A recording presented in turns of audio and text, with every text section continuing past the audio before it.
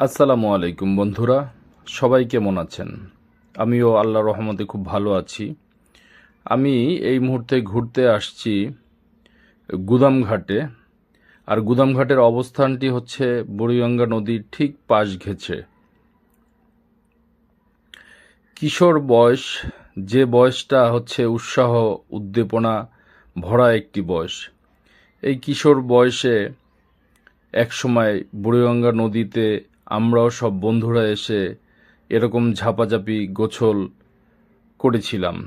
অনেক দিন হয়ে গেল বুড়িগঙ্গা নদীর সেই পরিবেশ পরিস্থিতি নাই। বুড়িগঙ্গা নদীর পানি খুব নষ্ট। এখন যদিও বর্ষাকাল, যে কারণেই বুড়িগঙ্গা নদীর পানিগুলো এরকম স্বচ্ছ সুন্দর থাকার কারণে এই কিশোররা এসে ঝাপাঝাপি করতে পারছে, গোসল করতে পারছে। আমি দেখেছি এই কিশোররা ফুটবল খেলে এসে তারপরে এরকম গোসল করছে। আমরাও সত্যিকার অর্থে এরকমই এক সময় ফুটবল খেলে খেলাধুলা সেরে এসে এরকম গোসল করতাম, নদীতে ঝাপাঝাপি করতাম। কিশোর বয়সটাকে আসলে ওদের এই গোসল করা দেখে খুব মনে পড়ছিল।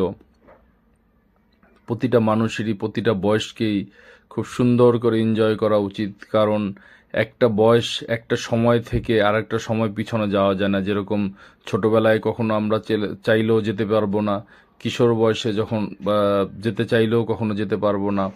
হ্যাঁ, তো এরকমই আসলে প্রত্যেকটা সময়কেই খুব এনজয় করা উচিত। বাচ্চাদের এই ঝাপাঝাপি দেখে খুব আনন্দ লাগছিল, খুব মজা লাগছিল। ধন্যবাদ সবাইকে এত সুন্দর সময়টা আমার সাথে আপনারা উপভোগ করার জন্য।